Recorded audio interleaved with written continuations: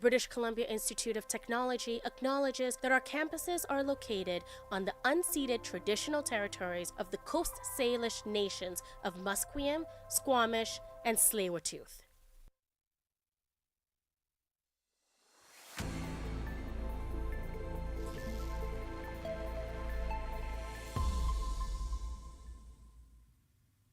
Good morning, my name is Lisa Cofton and it's your news update to 11:30 a.m. As British Columbia's New Democrats unveil their complete election platform, the Conservatives have also released a series of pledges related to infrastructure, transit, and boosting the economy. Conservative leader John Rustad says his government would require voter approval of any new taxes, either through referendum or an election campaign. There are times when government does need to go back to the taxpayer and ask for resources for specific things, but when that time comes, they should actually ask the taxpayer, the people in this province, for permission to be able to do that. Rustad says his government will also include a minister responsible for red tape reduction. Rustad says Conservative BC government would end the Insurance Corporation of British Columbia's monopoly on basic auto insurance. A plan, he says, would bring in competition, drive down costs, and improve services. The Conservative leader says he wants to make sure people who sustain life-altering injuries in a crash can get the services they need. So for minor injuries, we're going to keep the no-fault, the equivalent to no-fault that'll go through. That's about 85% of the cost structure that's within ICBC. And so there won't be any significant changes there. For major injuries, we will allow a representative or an individual to have somebody to represent them and to fight for what they need to be able to recover fully. Health equity concerns are being raised over the federal government's decision not to provide Novavax COVID-19 vaccine this respiratory virus season. It will only supply provinces and territories with the reformulated Pfizer-BioNTech and Moderna mRNA COVID vaccines. Karen Reboud has more. The Public Health Agency of Canada says it won't buy Novavax's protein-based vaccine because the manufacturer requires a minimum order that far exceeds last year's uptake.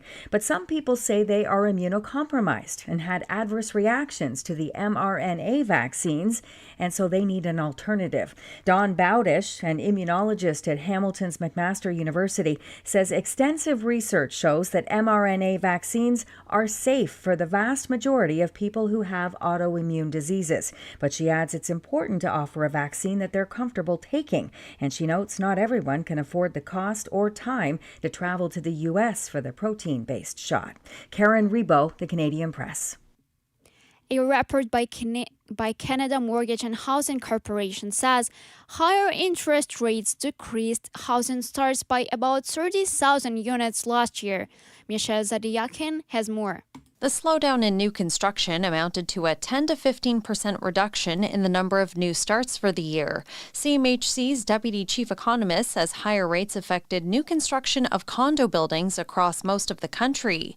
CMHC adds the effect of higher rates was offset by other economic factors and government policies to support construction of rental buildings. Michelle Zedekian, The Canadian Press.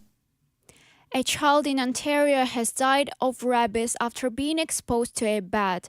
Brenda Molina-Navidad explains how it happened. A doctor with a public health department in Caledonia, Ontario, says the child woke up and a bat was in their room. Dr. Malcolm Locke says the parents didn't see any signs of a bite, scratches, or saliva at the time, so they didn't seek out a rabies vaccination. Locke says rabies is increasing in the bat population, with a 16% positivity rate this year, compared to less than 10% in the previous years. There have been fewer than 30 human cases of rabies in Canada since 1924. Brenda Molina-Navidad, The Canadian Press. U.S. President Joe Biden says he doesn't expect Israel to retaliate immediately against Iran and rejects the suggestion the U.S. would grant permission for such an attack. Sarah Makhani has more. The ballistic missile barrage has raised concerns about a growing Mideast fight and America's role in defending Israel. Asked at the White House if the U.S. will allow Israel to fight back, That's been your news update to 11:30 a.m. My name is Lisa Cofton. You're listening to BCIT's The Crow. Stay tuned for more on BCIT's 1680 The Crow. This is 1680 The Crow, and you're listening to our feature presentation.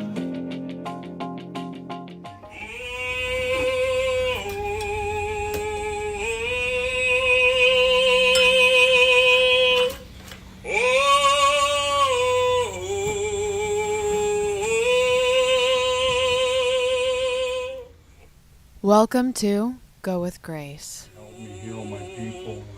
His whole family have beautiful singing voices. His sister, his brother, they're all beautiful singers. Sometimes he'll sing at some of the funerals, like here in Musqueam, and his acts will be tears coming down their face because he has a singing voice like his father, late Miles Sparrow, so his sisters are reminded of how their brother used to sing. So he has his dad's voice. Hi, I'm your host, Grace Chen. And I'm your host, Grace Miller. Welcome to today's episode, Following a Path of Personal Reconciliation. Blanketing exercise all those times, and I went back to my childhood and, looked at the decisions were made under drugs and alcohol for the last 100 years. So when people were doing all that stuff, it was a dangerous place when I was growing up. Yes. So when we realized that even my children and grandchildren were always going to be affected by what was going on, because that connection was broken with my children. Our journey began at the Sparrows' residence on Musqueam 2 land, where we spoke with Martin Sparrow, an elder, and his wife, Shauna Sparrow, founder of Moontide Reconciliation. She specializes in the Kairos blanket exercise, a visually immersive experiences that places people into the history of indigenous peoples and what they went through. So I was born in 1968, and my mother passed away in 1971. So when she passed away in 1971, I became a 60 scoop. So I became a part of the federal government. To no permission from my father. My father was at work, and when I came home, I was gone. So, and then my mother passed away in 1971, residential survivor from the Kamloops Indian Residential School. Father, survivor of the Kamloops Indian Residential School, and he passed away in 2023. So when he passed, on both ends of the spectrum, you know that mother passed away way too soon from the impacts of residential school. And then you have father big time impacted because he was the oldest in his family, so he tried to protect his brothers. So now you know why there was dysfunction within community, within family, and why there was so much drinking back in the day, and why the parenting was the way it was, even when I did meet him, why it was the way it was. As we sat in a circle in their living room, they would go on to explain how colonialism and colonization didn't end with the residential schools and didn't end once Indigenous peoples in Canada gained rights. It's still impacting their lives today. And the few times that I went fishing in the last few years, I dealt with CP Rail, RCMP, and DFO, the Departments of Fisheries officers. So this is who we deal with all the time, is even as Musqueam fishermen, they're dealing with the Department of Fisheries and officers and RCMP, and it's huge racism still out on the waters. After getting to know Shauna and Martin a little bit better, they were kind enough to allow us to attend the Union of BC Indian Chiefs meeting happening at the Musqueam Cultural Center, a few blocks away from their house. Does the door need to be locked? Oh yeah, press the... Just that button? Yeah. Wow, it's a beautiful day. It is. Yeah. That's a solid one. 4 guys walking down on it. Oh, big puppers. And a dog.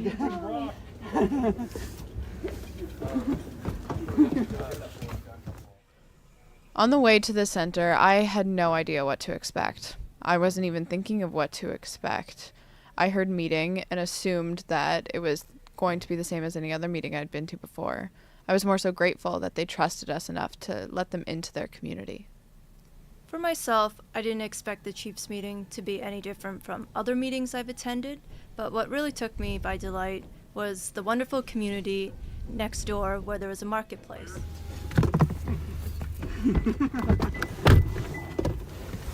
All right, at the Musqueam Cultural Center. It's beautiful. A lot of my teachers had mentioned how beautiful the center was when we brought up the topic of our story that we wanted to cover. They were not kidding. It is beautiful.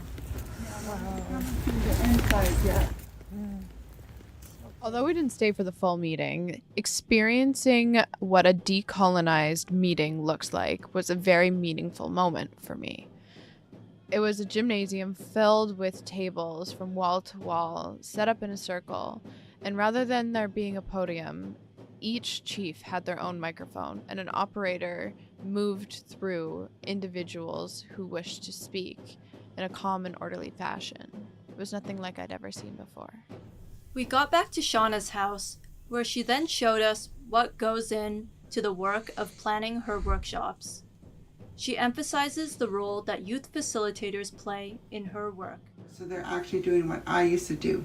You know, go pick up the elder, bring the elder to her facilitation, facilitate with her, look after her or him, and then drive them home, and then there you go. And that's what we're really gearing towards, is to be able to bridge the youth and the elders, and now passing the torch to the next generation. Next up, we see plenty of youth involvement, live and in person, with traditional dancing, singing, and drumming.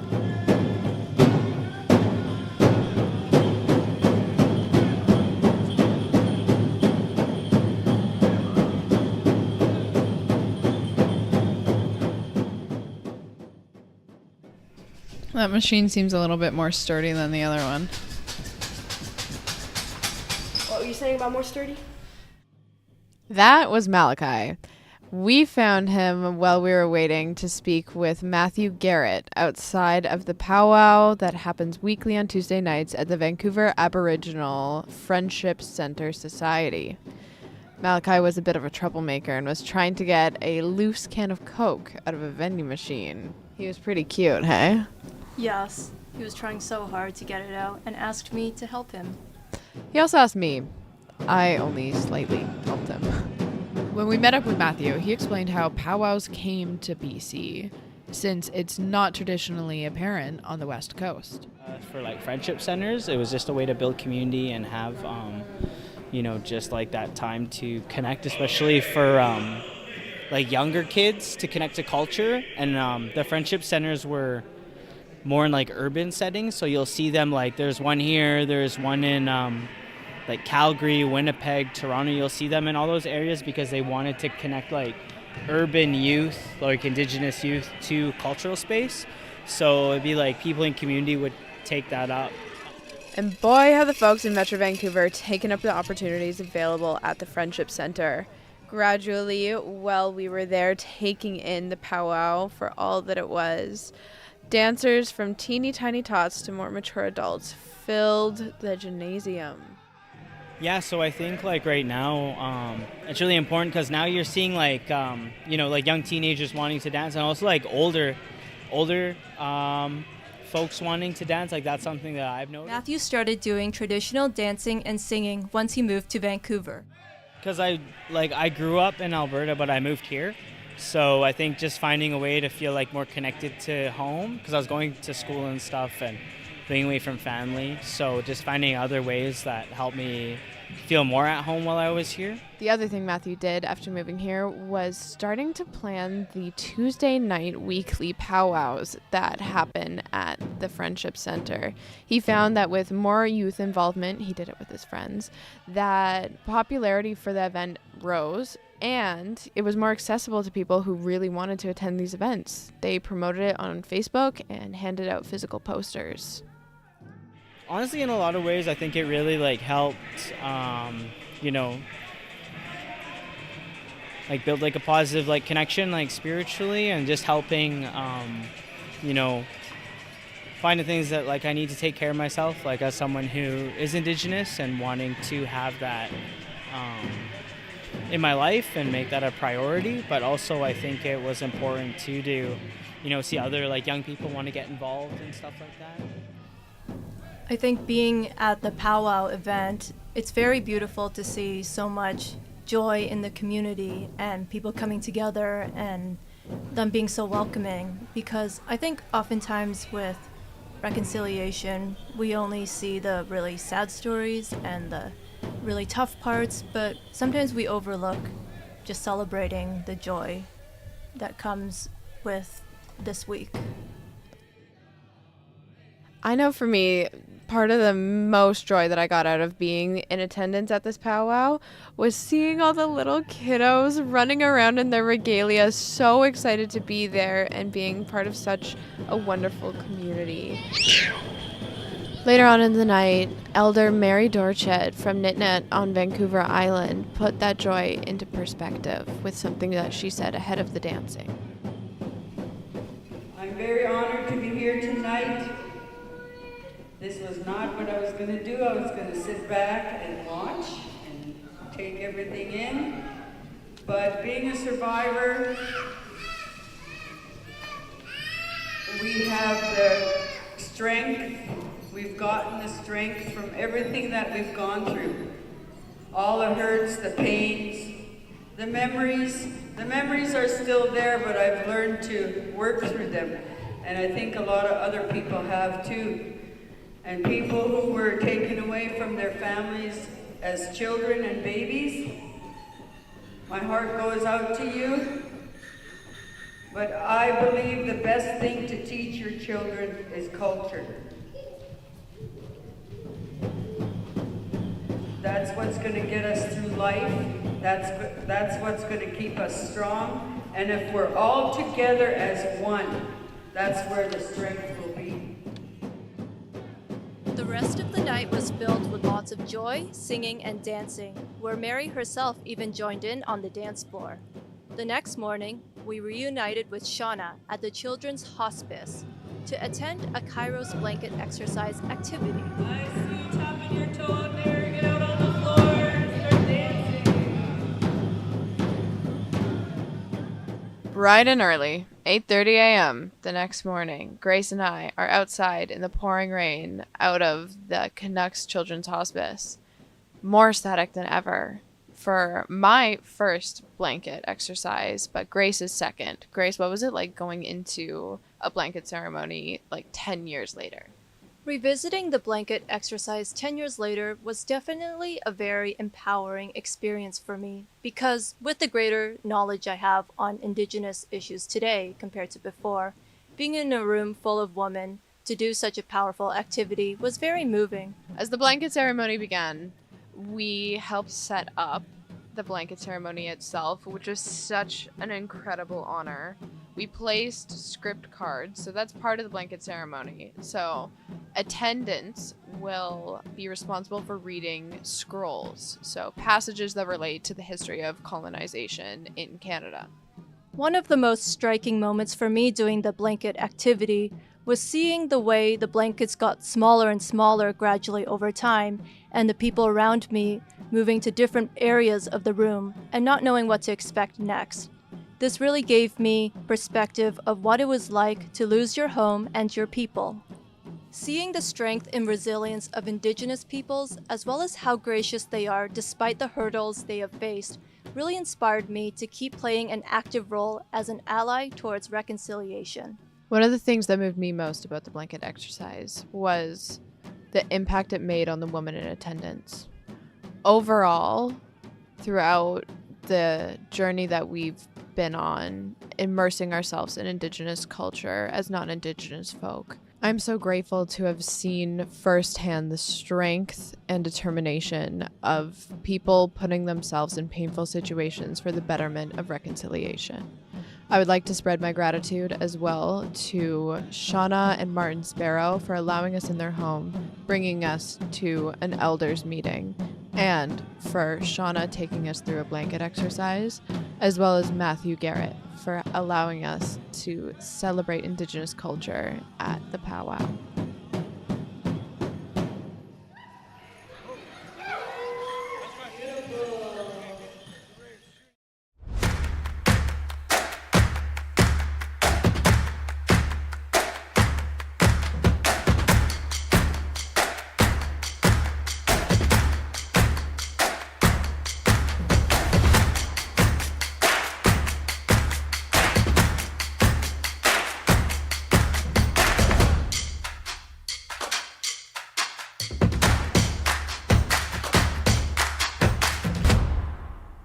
Everything is changing to digital. Everything is online. People aren't just waiting for the 6 o'clock news anymore. People want their news right now. They want to be able to go onto their smartphone, onto the internet, and see the news that they want to see. Vancouver is growing at, a really rapid rate, the Lower Mainland even, and with the tools that we're given here, we're able to cover all of that. Welcome to BCIT Magazine. I'm Radhika Sikakane. In the program, they really leave it up to you. I mean, the help is there when you need it, figuring out how to use the programs like Premiere, Audition, and figuring out how to use the cameras. But it's up to you to sort of experiment and figure out what you can do when you go out in the field. They brought candles and flowers to remember the student who lost her life yesterday. Teresa May says the international community condemns Moscow. They really make sure that you know the basics and you are able to put out a quality product. I'm Brady Tretanero. And I'm Radhika Sikakane. Thank you for tuning in to BCIT Magazine.